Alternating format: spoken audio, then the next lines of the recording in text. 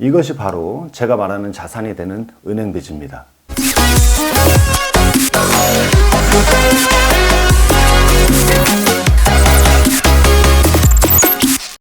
안녕하세요, 공시박스입니다. 1부에서 자산이 되는 부채를 받아서 부자가 되어야 한다고 말씀드렸습니다. 오늘은 어떤 은행빚이 나에게 자산이 되고 부채가 되는지 한번 알아보는 시간을 갖겠습니다. 먼저 자산이란 무엇이고 부채란 무엇인지 여러분들이 명확하게 정의할 필요가 있을 겁니다. 제가 생각하는 자산은 반드시 나에게 돈을 만들어 줘야 됩니다. 은행빚을 내면 이에 대해서 이자를 내야 되는데 무슨 돈을 만들어 준다는 말일까요? 일부에서 예를 든 것은 전부 부동산 담보대출이었습니다. 부동산 담보대출로 부동산을 구매하고 그 부동산을 이용해서 월세를 놨죠. 부채가 분명한 은행빚과 부동산이 서로 얽혀서 아주 묘한 생태계를 만들어냅니다.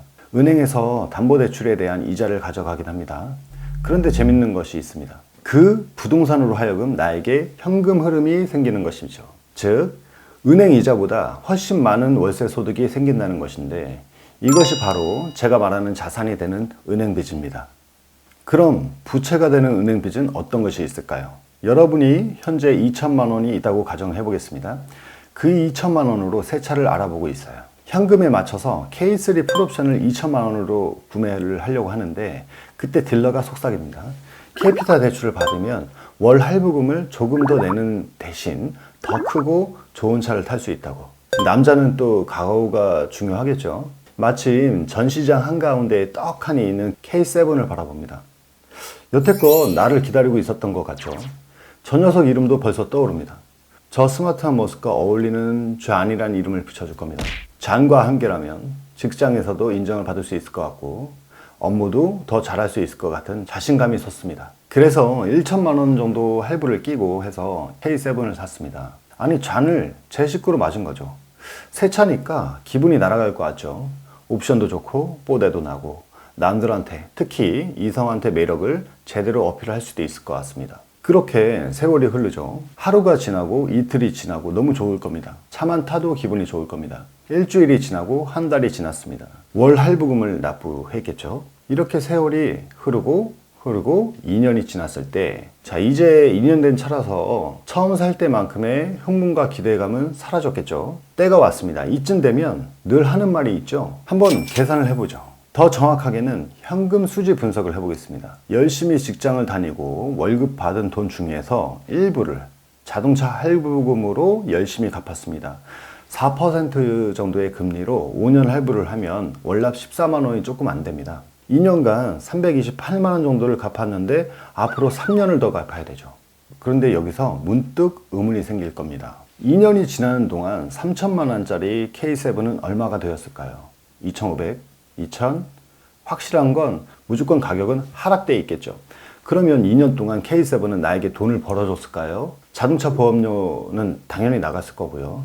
차를 끌고 다니면서 유류비도 나갔겠죠.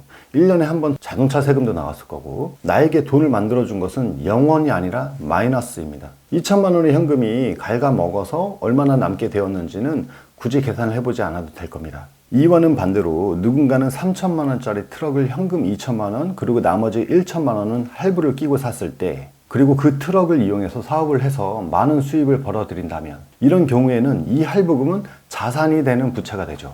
자, 여러분, 제가 말하고자 하는 은행빚이 어떤 것인지 이제 아시겠나요? 꼭 부동산 담보대출이 아니어도 됩니다. 여러분이 사업을 하기 위해서 사업 대출을 받아서 영업이익으로 대출 원리금을 상환하고 더 크게 남는다면 그 또한 자산이 되는 은행빚이 됩니다.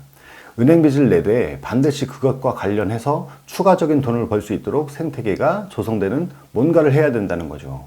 이번 자동차가 아니라 집으로 한번 해보죠. 여러분이 결혼을 해서 집을 샀습니다. 근데 자금이 부족하죠. 2억짜리 아파트에 1억 5천 정도의 대출을 받고 들어갔을 때 엄밀하게 이 대출은 부채가 되는 은행빚입니다. 이 아파트에 내가 거주하는 것이 아니라 세입자를 들여서 월세를 받는다면 반대로 자산이 되는 은행빚이 되는 것이죠. 그럼 이렇게 반문할 수도 있습니다. 집 살 돈도 없는데 어쩌라고. 집도 사야 되고 자산이 되는 집도 사란 말인가요? 집을 사면서 바로 자산이 되게 할 수도 있습니다. 방법을 찾아보시면 분명히 존재합니다. 여러분이 집을 사서 세를 놓아서 추가적인 월세 수입을 만드시고 그 월세 수입으로 좀 작은 집에 월세를 들어가는 방법도 있습니다. 물론 이 방법은 넓고 안락하고 편안한 집에서 오는 효용을 일부 버려야 하기도 합니다. 하지만 일부의 효용을 버림으로써 얻게 되는 것들이 더 많을 것입니다. 고난받는 것이 내게 유익이다 라는 성경 구절도 있죠. 여러분, 돈을 벌고 싶습니까? 부자가 되고 싶나요? 만약에 지금 당장 여러분이 돈이 많으면 그 많은 돈으로 투자 기법과 투자 공부를 통해서 돈을 벌 수도 있겠죠. 근데 여러분 돈이 없다면 그럼 어떻게 해야 될까요? 당연히 허리띠를 졸라매고 고생을 좀 해야 합니다. 그런데 그 고생이 죽을 고생까지 갈 필요는 없습니다. 다만 남들이 해외 간다고 나도 해외 가고, 남들이 좋은 차 끌고 다닌다고 좋은 차 사고, 남들이 좋은 집 산다고 나도 좋은 집 사고, 이러면 부채가 되는 은행 빚만 늘어날 뿐이죠. 조금만 지출을 줄이시고 자산이 되는 부채를 만들기 위해 노력하시고 공부를 해보십시오. 그리 오래되지 않은 기간에 남들이 하는 거 다 하면서 사실 수 있습니다.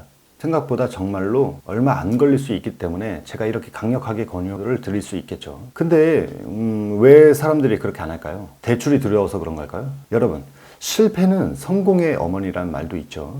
너무 뻔한 말인데 그 말이 정말로 그렇습니다. 일단 한번 해보는 것이 중요합니다. 그것이 실패든 성공이든 여러분에게 반드시 엄청난 지식과 방법을 알려주게 될 겁니다. 단 해보기 전에 반드시 수익 계산을 한번 해보셔야 됩니다. 수익 계산 없이 하는 투자는 기름을 지고 아궁이에 들어가는 것과 같습니다. 충분한 수지 타산과 정확한 목표가 설정되면 과감하게 결단을 내리고 한번 해보십시오. 그 한 번이 두 번이 되고 세 번이 되고 그 발자취들이 여러분을 부자로 그리고 훌륭한 투자자로 안내할 것입니다. 대출은 여러분 무조건 나쁜 것이 아닙니다.